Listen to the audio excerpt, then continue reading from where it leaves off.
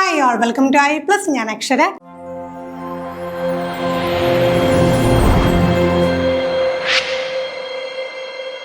Examination in psychology previous year question paper ആണ് നമ്മൾ workout ചെയ്യാൻ പോകുന്നതും മാക്സിമം ക്വസ്റ്റ്യൻസ് വർക്ക്ഔട്ട് ചെയ്യുക എന്നതാണ് സൈക്കോളജിയിൽ നമുക്ക് മാർക്ക് സ്കോർ ചെയ്യാനായിട്ടുള്ള ഏറ്റവും ആദ്യത്തെ ഒരു ടിപ്പ് എന്ന് പറയുന്നത്. അപ്പോൾ കൂടുതൽ എന്താണ് നമ്മൾ ക്വസ്റ്റ്യൻസ് വർക്ക്ഔട്ട് ചെയ്ത് കഴിഞ്ഞാൽ മാത്രമേ നമുക്ക് ആ ഒരു ഏരിയയിൽ എപ്പോഴും ടച്ച് ഉണ്ടാവുകയുള്ളൂ. ടച്ച് വിട്ട് പോയി കഴിഞ്ഞാൽ സൈക്കോളജി മാർക്ക് സ്കോർ ചെയ്യാൻ കുറച്ച് ബുദ്ധിമുട്ടാണ്. അപ്പോൾ എല്ലാവരും എന്ത് ചെയ്യുക, തീർച്ചയായിട്ടും ഒരു ചോദ്യങ്ങൾ വർക്ക്ഔട്ട് ചെയ്യുന്ന സമയത്ത് എന്തെങ്കിലും ഒരു പുതിയ ഐഡിയ കിട്ടുന്നെങ്കിൽ തീർച്ചയായും നിങ്ങൾ നോട്ട് ചെയ്ത് വെക്കാം. ആദ്യത്തെ ചോദ്യത്തിലേക്ക് കടക്കാം. A good and fair usage of Malayalam hinders his students to pronounce English words correctly. This is an example of ഒരു സാഹചര്യം പറയുവാണ്. സാഹചര്യം എന്താണ്?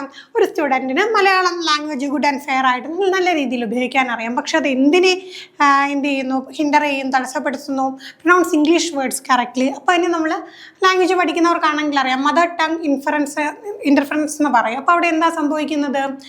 മദർ ടങ്ങിൻ്റെ ഒരു കടന്ന് വരവ്. അപ്പോൾ അങ്ങനെ കടന്ന് വരുമ്പോൾ നമുക്കറിയാം, നമ്മൾ സംസാരിക്കുമ്പോൾ ശ്രദ്ധിച്ചാൽ മതി. അപ്പോൾ കാറ്, ബുക്ക് എന്നൊക്കെ പറയാനുള്ള ഒരു ടെൻഡൻസി നമുക്ക് നമ്മുടെ മലയാള ഭാഷയിൽ എന്നൊക്കെയുള്ള സൗണ്ട് ഉണ്ടായതുകൊണ്ട് അത് ഉപയോഗിക്കാനുള്ള ടെൻഡൻസി നമുക്ക് ഉണ്ടാകും. പക്ഷേ ശരിക്കും അങ്ങനെ ഉപയോഗിക്കേണ്ട കാര്യമില്ല. അപ്പോൾ ഈ ഒരു സാഹചര്യത്തിൽ അവിടെ എന്താണ് അതിന് പറയുന്നത്? ട്രാൻസ്ഫർ ഓഫ് ലേണിംഗ് ഒക്കെ നിങ്ങൾ പഠിച്ചതാണ്. അതുമായിട്ട് ബന്ധപ്പെട്ട ചോദ്യമായിരുന്നു. Positive transfer, negative transfer, zero transfer, vertical transfer. അപ്പം ഒരു കാര്യം പഠിക്കുന്നത് മറ്റൊരു കാര്യം പഠിക്കുന്നതിനെ തടസ്സപ്പെടുത്തുന്നു, ഹിൻഡർ ചെയ്യുന്നുണ്ടെങ്കിൽ അതെന്താണ്? നമ്മൾ അതിനെ എന്താ പറയുക? നെഗറ്റീവ് ട്രാൻസ്ഫർ എന്നാണ് പറയുന്നത്. ഇനി ഒരു കാര്യം പഠിക്കുന്ന മറ്റൊരു കാര്യം പഠിക്കാനായിട്ട് ഹെൽപ്പ് ചെയ്യുകയാണെങ്കിൽ അതിനെ എന്ത് പറയും? പോസിറ്റീവ് ട്രാൻസ്ഫർ എന്ന് പറയും. ഇപ്പം നമുക്ക് ഒരു സൈക്കിള് നല്ല രീതിയിൽ ബാലൻസ് ചെയ്ത് ചവിട്ടാൻ അറിയാമെങ്കിൽ സ്വാഭാവികമായിട്ട് നമുക്ക് ടൂ വീലർ പഠിക്കാനായിട്ട് എളുപ്പമായിരിക്കും. അപ്പോൾ ഒരു കാര്യം പഠിച്ചത് മറ്റൊരു കാര്യത്തിനെ ഹെൽപ്പ് ചെയ്ത് കഴിഞ്ഞാൽ അത് പോസിറ്റീവ് ട്രാൻസ്ഫർ ആണ്. അതിനെ തടസ്സപ്പെടുത്തി കഴിഞ്ഞാൽ എന്താണ്? നെഗറ്റീവ് ട്രാൻസ്ഫർ ആണ്. ഇനി അതിനെ ബാധിക്കുന്നതേ ഇല്ല, അതും ഇതുമായിട്ടൊരു ബന്ധവുമില്ല. അങ്ങനെയാണെങ്കിൽ എന്താണ്? സീറോ ട്രാൻസ്ഫർ ആണെന്ന് ഓർത്ത് വെക്കാം. അടുത്ത ചോദ്യം, ഈ student has the following characteristics. ഒരു കുട്ടിയുടെ കുറച്ച് സ്വഭാവങ്ങൾ പറയുകയാണ്. Enjoys reading, solves problems, relates well with others, excellent self awareness. അപ്പോൾ 4 കാര്യങ്ങൾ പറഞ്ഞു. Select the option which indicates the intelligences. അപ്പോൾ ചോദ്യം എവിടെ നിന്നാണ്? ചോദ്യം വരുന്നത് ഇൻ്റലിജൻസിൽ നിന്നാണ്. ഇൻ്റലിജൻസ് എന്നുള്ള ഏരിയയിൽ എവിടെ നിന്നാണ്? മൾട്ടിപ്പിൾ ഇൻ്റലിജൻസ് എന്നുള്ള ഏരിയയിൽ നിന്നുള്ള ചോദ്യമാണ്. ആരാണ് ഈ ആശയം മുന്നോട്ട് വെച്ചത്? ഹൊവാർഡ് ഗാർഡ്നർ ആണ്. അപ്പോൾ നമുക്കറിയാലോ, പല തരത്തിലുള്ള ഇൻ്റലിജൻസുകളുണ്ട് എന്ന് പറയുന്ന തിയറിയാണ് മൾട്ടിപ്പിൾ ഇൻ്റലിജൻസ് തിയറി എന്ന് പറയുന്നത്. അപ്പോൾ 4 കാര്യങ്ങൾ പറഞ്ഞേക്കുന്നു. ഓരോന്നിനും ആപ്റ്റ് ആയിട്ടുള്ള ഇക്വലൻ്റ് ആയിട്ടുള്ള ഏത് ഇൻ്റലിജൻസ് ആണെന്ന് നോക്കാം. 1 നമുക്ക് നോക്കാം. എൻജോയ്സ് റീഡിങ്, വായന എന്ന് പറയുമ്പോൾ. അപ്പോൾ ഓപ്ഷൻ നോക്കിക്കേ. ഓപ്ഷനിൽ എല്ലായിടത്തും എന്താണ്? ആദ്യം ലിംഗ്വിസ്റ്റിക്സ്, വെർബൽ തന്നെയാണ് വന്നത്. കൂടുതൽ ചിന്തിക്കുകയൊന്നും വേണം. തീർച്ചയായിട്ടും എന്താണ്? ഭാഷാപരമായിട്ടുള്ള ആ ഒരു ബുദ്ധിയാണ്. ലിംഗ്വിസ്റ്റിക് ഇൻ്റലിജൻസ് ഉള്ള ഒരു വ്യക്തിക്കായിരിക്കും വായിക്കാനും എഴുതാനും ഒക്കെ താല്പര്യം ഉണ്ടാവുക. അടുത്ത് നോക്കിക്കേ. സോൾവ്സ് പ്രോബ്ലം സോൾവ് ചെയ്യുക എന്ന് പറയുമ്പോൾ അവിടെ നമുക്ക് നോക്കാം, അവിടെ എന്ത് ബുദ്ധിയാണ് ഉപയോഗിക്കുക? എന്തായാലും വിഷ്വൽ സ്പേഷ്യൽ അല്ല. എന്ത് ബുദ്ധിയാണ്? ബാക്കി അടുത്ത ഓപ്ഷൻസിലെല്ലാം കൊണ്ട് എന്താണ്? ലോജിക്കൽ മാത്തമാറ്റിക്കൽ ഇൻ്റലിജൻസ് ആണ്. അതുള്ളവർക്കാണ് എന്താ പെട്ടെന്ന് പ്രശ്നങ്ങൾ പരിഹരിക്കാനായിട്ട് സാധിക്കും. അടുത്തത് റിലേറ്റ്സ് വെൽ വിത്ത് അതേഴ്സ്, മറ്റുള്ളവരുമായി ഇടപഴകുന്നത്, അല്ലേ? അവരുമായിട്ട് നല്ല രീതിയിൽ ഇടപഴകാൻ സാധിക്കുന്നത് തീർച്ചയായിട്ടും ഒരു ഇൻ്റലിജൻസിൻ്റെ ഭാഗം തന്നെയാണ്. എന്താണ് അവിടെ നമുക്ക് നോക്കാം. പിന്നെ ഒരു 2 ഓപ്ഷൻ 3 ഓപ്ഷൻ ബാക്കിയുള്ളത് തീർച്ചയായിട്ടും അത് വിഷ്വൽ സ്പേഷ്യൽ അല്ല. വിഷ്വൽ സ്പേഷ്യൽ എന്ന് പറയുമ്പോഴത്തേക്ക് ആ ഒരു ദൃശ്യസ്ഥലപര ബുദ്ധിയാണ്. അതല്ലല്ലോ. അവിടെ എന്താ വരിക?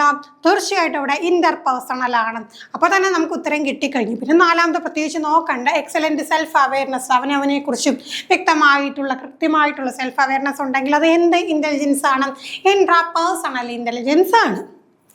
അപ്പം നമുക്ക് തീർച്ചയായിട്ടും അവിടെ എന്ത് ചെയ്യാൻ പറ്റും? ഉത്തരം കണ്ടെത്തി കഴിഞ്ഞു. Linguistics, verbal, logical, mathematical, intrapersonal,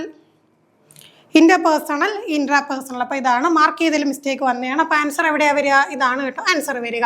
linguistic, verbal, logical, mathematical, intrapersonal ആ ഒരു ഓർഡറിലാണ് ആ ഒരു ഇൻ്റലിജൻസ് വരിക.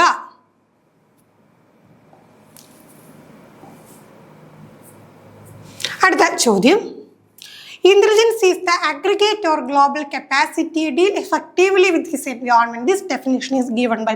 നമുക്ക് ഒന്ന് രണ്ട് ചോദ്യങ്ങൾ ഇതുപോലെ ഡെഫിനിഷൻസ് ഒക്കെ ചോദിക്കാറുണ്ട്. അപ്പോൾ നമുക്ക് എല്ലാ തിയറിസ്റ്റുകളുടെയും എല്ലാ ഡെഫിനിഷനും ബൈ ഹാർട്ട് ചെയ്ത് പോകാൻ പറ്റില്ല. എന്നിരുന്നാലും പ്രീവിയസ് ഇയർ ആയിട്ട് ചോദിച്ചിട്ടൊക്കെയുള്ള എന്ത് ചെയ്യുക ഒന്ന് നോക്കി വെക്കാം. അപ്പോൾ ഈ ഒരു പർട്ടിക്കുലർ ഡെഫിനിഷൻ തന്നിട്ടുള്ള ആരാണ്? ഡേവിഡ് വിഷ്ലർ ആണോ, സ്റ്റേൺ ആണോ, വുഡ്വർത്ത് ആൻഡ് മർക്യൂസ് ആണോ, തെർമാൻ ആണോ? Intelligence is the aggregate or global capacity to deal effectively with this environment എന്നുള്ള ഡെഫിനിഷൻ തന്നിട്ടുള്ളത് ഡേവിഡ് വിഷ്ലർ ആണ്. അടുത്ത ചോദ്യം, which among the following is not an approach of KCF 2007? KCF 2007 approach അല്ലാത്തത് ഏത്? അപ്പോൾ ഇതൊക്കെ നമുക്ക് കോമൺ ആയിട്ട് പഠിക്കാവുന്നതാണ്. NCFും KCFും നമ്മുടെ പുതിയ പെഡഗോജിക്കൽ അപ്രോച്ചും എല്ലാം എന്താണ്? ഒരേ ആശയങ്ങൾ തന്നെയാണ് അല്ലേ? ഇവരെല്ലാം ഒരേ തൂവൽ പക്ഷികളാണ്. അപ്പോൾ ഇതിൽ പറയുന്ന ആശയങ്ങളെല്ലാം എല്ലായിടത്തും കോമൺ ആണ്. അപ്പോൾ നോക്കാം. Importance to learner centred education, teachers role as authority of class, facilitates cooperative learning based on constructivism and critical pedagogy. അപ്പോൾ അപ്രോച്ച് അല്ലാത്തത് ഏത് എന്നാണ് ചോദിക്കുന്നത്. എപ്പോഴും നമ്മൾ എന്ത് ചെയ്യും? ഇത്തരം ചോദ്യങ്ങൾ നമുക്ക് ബൈ ഹാർട്ട് ചെയ്തുകൊണ്ട് പോകേണ്ട ഒരു കാര്യമില്ല. നമുക്കറിയാം എന്താണ് ലേണർ സെൻട്രിക് ആണ്, ആക്ടിവിറ്റി ഓറിയൻറ്റഡ് ആണ്, പെഡഗോജിക്കൽ അപ്രോച്ചാണ്. അങ്ങനെയൊക്കെ വരുമ്പോൾ ആ കാര്യങ്ങളൊക്കെ നോക്കുക. ഇമ്പോർട്ടൻസ് ലേണർ സെൻറ്റേർഡ് എഡ്യൂക്കേഷൻ തീർച്ചയായിട്ടും KCFിൻ്റെയും NCFിൻ്റെയും ഒക്കെ ഭാഗമാണ്.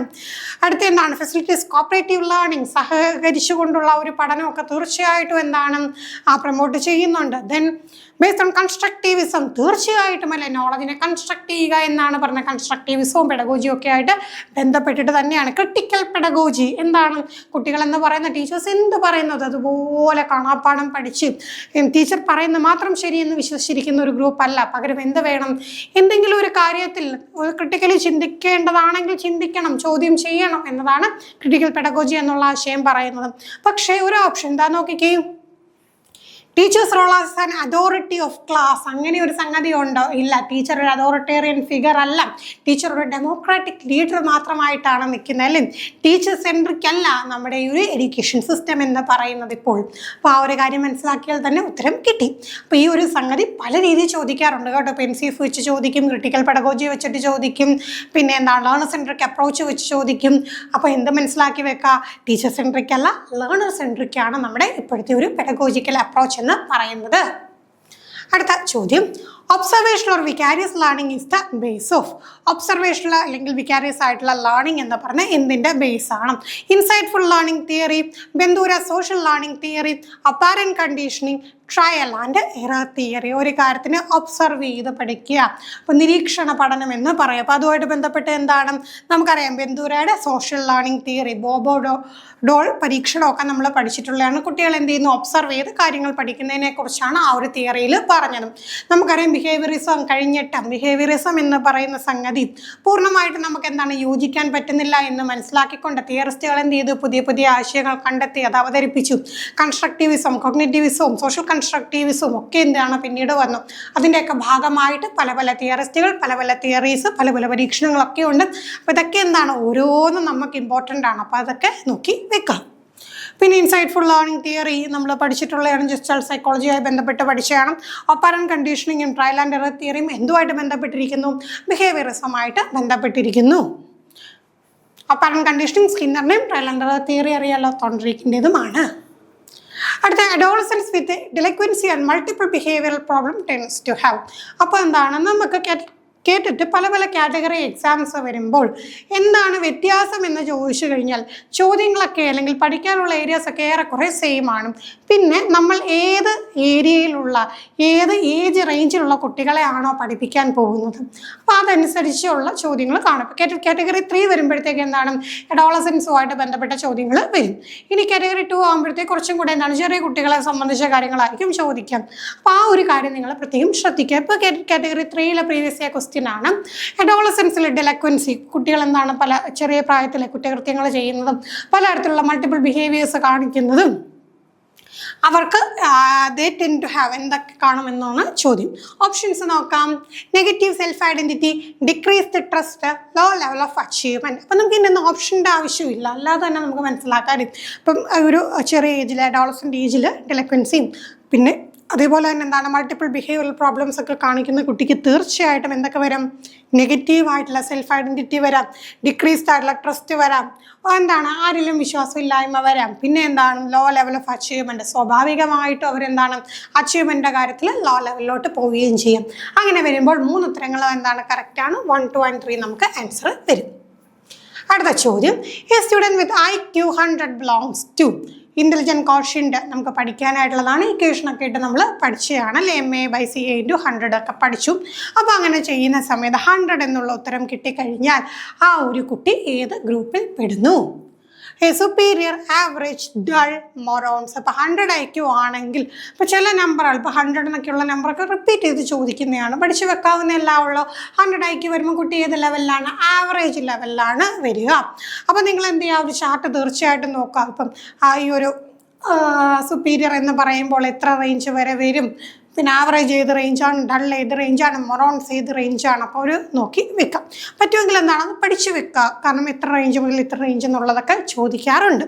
അപ്പോൾ അതൊക്കെ എന്ത് ചെയ്യുക, പഠിച്ച് വെക്കുക. അതേപോലെ തന്നെ നമുക്ക് ചോദ്യങ്ങളും ചോദിക്കാറുണ്ട് കേട്ടോ. മെൻ്റൽ ഏജും ക്രോണോളജിക്കൽ ഏജും തന്നിട്ട് എന്ത് ചെയ്യാനായിട്ട്, IQ കാൽക്കുലേറ്റ് ചെയ്യാനായിട്ട്, 2 കുട്ടികളുടെ IQ തമ്മിൽ കമ്പയർ ചെയ്യാനായിട്ട്, ഇപ്പോൾ ഒരേ മെൻ്റൽ ഏജും ഡിഫറെൻറ്റ് ക്രോണോളജിക്കൽ ഏജും പറയുകയാണ്, അങ്ങനെയാണെങ്കിൽ IQയിലെ വ്യത്യാസം എത്ര, അങ്ങനെയൊക്കെയുള്ള ചോദ്യങ്ങൾ വരും. ബേസിക് മാത്സ് വെച്ച് ചെയ്യാവുന്നേ ഉള്ളൂ. ഇക്വേഷൻ അറിഞ്ഞിരുന്നു കഴിഞ്ഞാൽ ഉറപ്പായിട്ട് നമുക്ക് പെട്ടെന്ന് ഉത്തരം കിട്ടും. അടുത്ത ചോദ്യം, in Right to Education Act 2009, the responsibilities of schools and teachers is mentioned in. അപ്പോൾ ഇത് ഇത്തിരി എന്താണ് അകത്തെ കാഴ്ന്നിറങ്ങിയുള്ളൊരു ചോദ്യമായിരുന്നു. 2009 റൈറ്റ് ടു എഡ്യൂക്കേഷൻ ആക്ട് പ്രകാരം നമുക്ക് എന്താണ്, അപ്പോൾ ഇവിടെ ശ്രദ്ധിക്കേണ്ട കാര്യം 2010 നിയമമായിട്ട് പ്രാബല്യത്തിൽ വരുന്നത്. 2009 എന്താണ് ആക്ട് പാസ്സാവുന്നുണ്ട്. 2010 ഏപ്രിൽ 1 എന്താണ് ഇത് നിയമമായിട്ട് വരുന്നത്. അതൊക്കെ ഓർത്ത് വെക്കാം. പിന്നെ നമ്മൾ മനസ്സിലാക്കേണ്ട കാര്യം എന്താണ്, ഇവിടെ സ്കൂൾസും ടീച്ചേഴ്സും റെസ്പോൺസിബിലിറ്റിയെക്കുറിച്ച്, സ്കൂളിൻ്റെ ആ ഒരു ഉത്തരവാദിത്തം എന്താണ്, ചുമതല എന്താണ്, ടീച്ചേഴ്സിൻ്റെ ഉത്തരവാദിത്തം എന്താണ് എന്നൊക്കെ പറയുന്നത് എവിടെയാണ്, ഈ റൈറ്റ് ടു എഡ്യൂക്കേഷൻ ആക്ടിൻ്റെ എവിടെയാണ് എന്നുള്ള രീതിയിൽ ചോദ്യം വരാറുണ്ട്. Chapter 1, chapter 2, chapter 3, chapter 4. അപ്പോൾ ഇതൊക്കെ എന്താണ് നമ്മൾ പഠിച്ച് വെക്കാം. ചാപ്റ്റർ 4 കേട്ടോ. അപ്പം നമുക്ക് പ്രാധാന്യമുള്ള ഏരിയാസ് നോക്കി വെക്കുക. പ്രീവിയസ് ഇയർ ക്വസ്റ്റ്യൻ ആയിരുന്നു. ചാപ്റ്റർ 4 സ്കൂൾസ് ആൻഡ് ടീച്ചേഴ്സിൻ്റെ റെസ്പോൺസിബിലിറ്റിയെ കുറിച്ച് പറയുന്നത്. പിന്നെ ഈ ഒരു നിയമവുമായി ബന്ധപ്പെട്ട് പലപ്പോഴും ചോദ്യങ്ങൾ ചോദിക്കാറുണ്ട്. എത്ര വയസ്സ് മുതൽ എത്ര വയസ്സ് വരെയുള്ള കുട്ടിയാണ് ചൈൽഡ് എന്ന് പറയുന്നത്? 6 to 14 ആണെന്ന് ഓർക്കാം. എഡ്യൂക്കേഷൻ ഫ്രീ ആൻഡ് കമ്പൽസറി ആണെന്ന് ഓർക്കാം. പിന്നെ മുമ്പ് ചോദിച്ചൊരു ചോദ്യമാണ് കുട്ടികളുടെ എന്താണ് എഡ്യൂക്കേഷനൊക്കെ ആയിട്ട് ബന്ധപ്പെട്ട കുറേ നിയമങ്ങൾ പറഞ്ഞ കൂട്ടത്തിൽ, പിന്നെ അതുപോലെ ഭിന്നശേഷിയുള്ളവരുടെയും എല്ലാം കൂടെ ചേർത്ത് പറയുന്ന കൂട്ടത്തിൽ RTI എന്നൊരു ഓപ്ഷൻ ഉണ്ടായിരുന്നു. RTIയും RTEയും തമ്മിൽ പലപ്പോഴും തിരിഞ്ഞു പോകുന്ന രീതിയിൽ കുട്ടികൾ പറയാറുണ്ട്. തിരിഞ്ഞു പോകരുത്. RT എന്താണ്, റൈറ്റ് ടു എഡ്യൂക്കേഷൻ ആക്ട് ആണല്ലേ, വിദ്യാഭ്യാസത്തിന് വേണ്ടിയിട്ടുള്ള. നമുക്കറിയാം നമ്മുടെ ഇന്ത്യക്ക് സ്വാതന്ത്ര്യം കിട്ടിയ സമയത്ത് ഇത് നമ്മുടെ മൗലിക അവകാശമല്ലായിരുന്നു. കാരണം എല്ലാവർക്കും സൗജന്യവും നിർബന്ധിതവുമായ വിദ്യാഭ്യാസം പ്രൊവൈഡ് ചെയ്യാനുള്ള ഒരു സ്ഥിതിയിലല്ലായിരുന്നു അന്ന് രാഷ്ട്രം. പിന്നീട് ആ ഒരു സ്ഥിതിയിലേക്ക് എത്തിച്ചേർന്ന സമയത്ത് എന്ത് ചെയ്തു, ഈ ഒരു വിദ്യാഭ്യാസം മൗലിക അവകാശമാക്കിക്കൊണ്ട് റൈറ്റ് ടു എഡ്യൂക്കേഷൻ ആക്ട് വരുന്നു. ഇനി RTI എന്ന് പറയുന്നത് നമ്മുടെ എഡ്യൂക്കേഷനുമായിട്ട് ബന്ധപ്പെട്ടല്ല, എന്താണ്, റൈറ്റ് ടു ഇൻഫർമേഷൻ ആക്ട് ആയിരുന്നു, വിവരാവകാശ നിയമമാണ്. അപ്പം നമ്മൾ മുമ്പും സെക്ഷനിൽ ഡിസ്കസ് ചെയ്തിട്ടുള്ളതാണ്. അപ്പോൾ അത് തിരിഞ്ഞു പോകരുത്. ഇത് കൂടാതെ നമുക്ക് എന്താണ് പേഴ്സൺ വിത്ത് ഡിസബിലിറ്റീസ് ആക്ടും ഒക്കെ നിങ്ങൾ എന്ത് ചെയ്യുക, ഓർത്ത് വെക്കുക. അതുപോലെ RCA ആക്ടും ഒക്കെ ഒന്ന് നോക്കി വെക്കാം.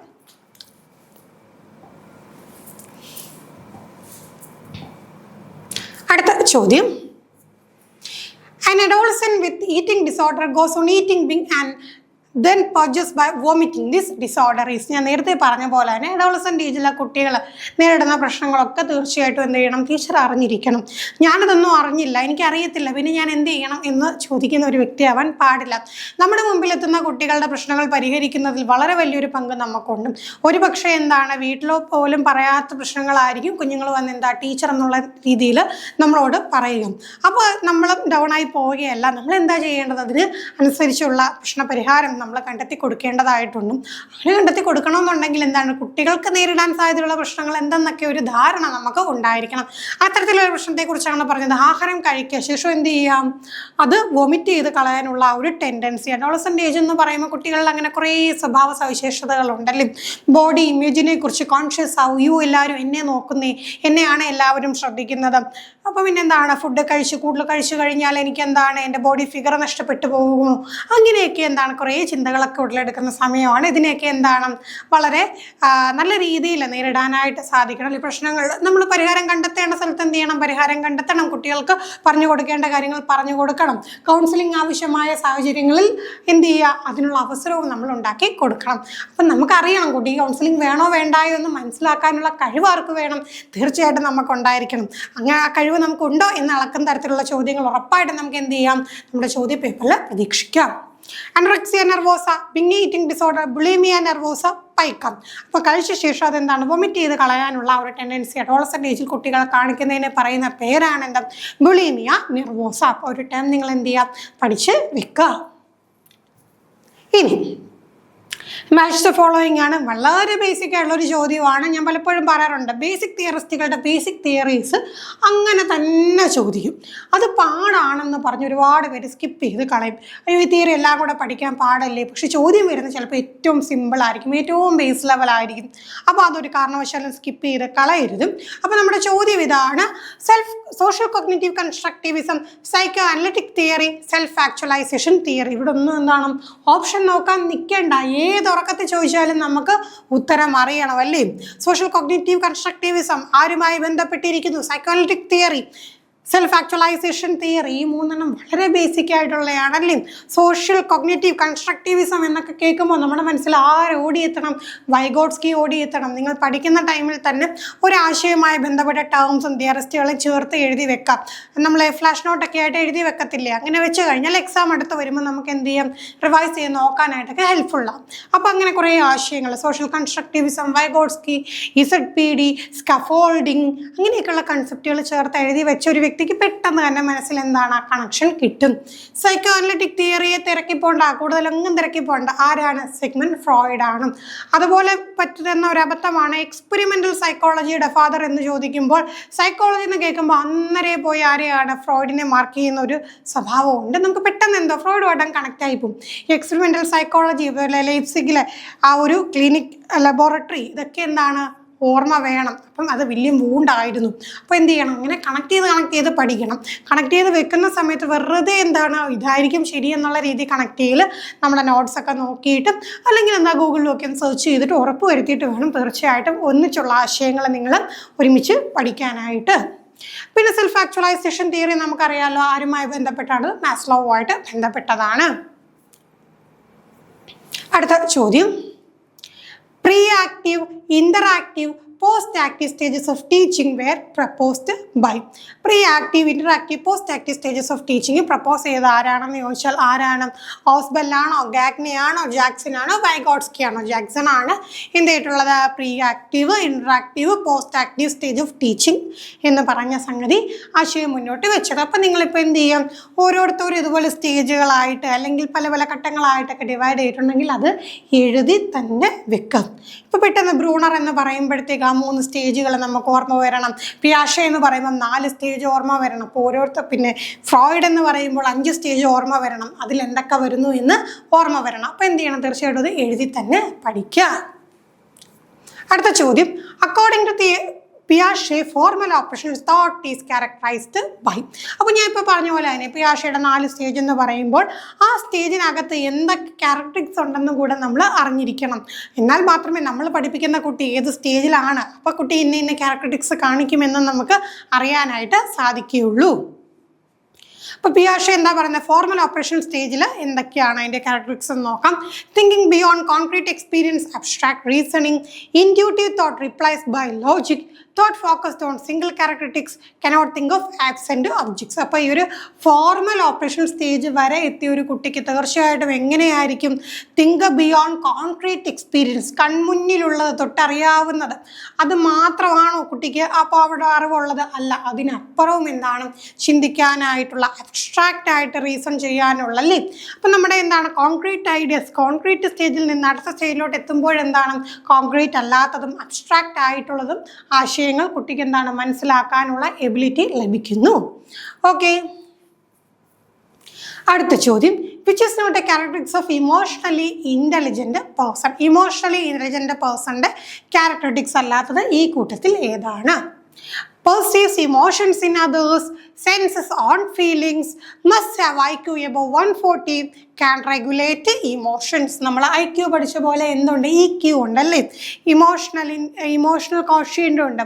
അപ്പോൾ ഇമോഷണലി ഇൻ്റലിജൻ്റ് ആയിട്ടുള്ളൊരു വ്യക്തി, ആ ഒരു വ്യക്തിയുടെ സ്വഭാവമായിട്ടുള്ളത് എന്തൊക്കെയാണ്? തീർച്ചയായിട്ടും പോസിറ്റീവ് ഇമോഷൻസ് ഇൻ അതേഴ്സ്, മറ്റുള്ളവരുടെ ഇമോഷൻസ് മനസ്സിലാക്കാനായിട്ട് സാധിക്കും.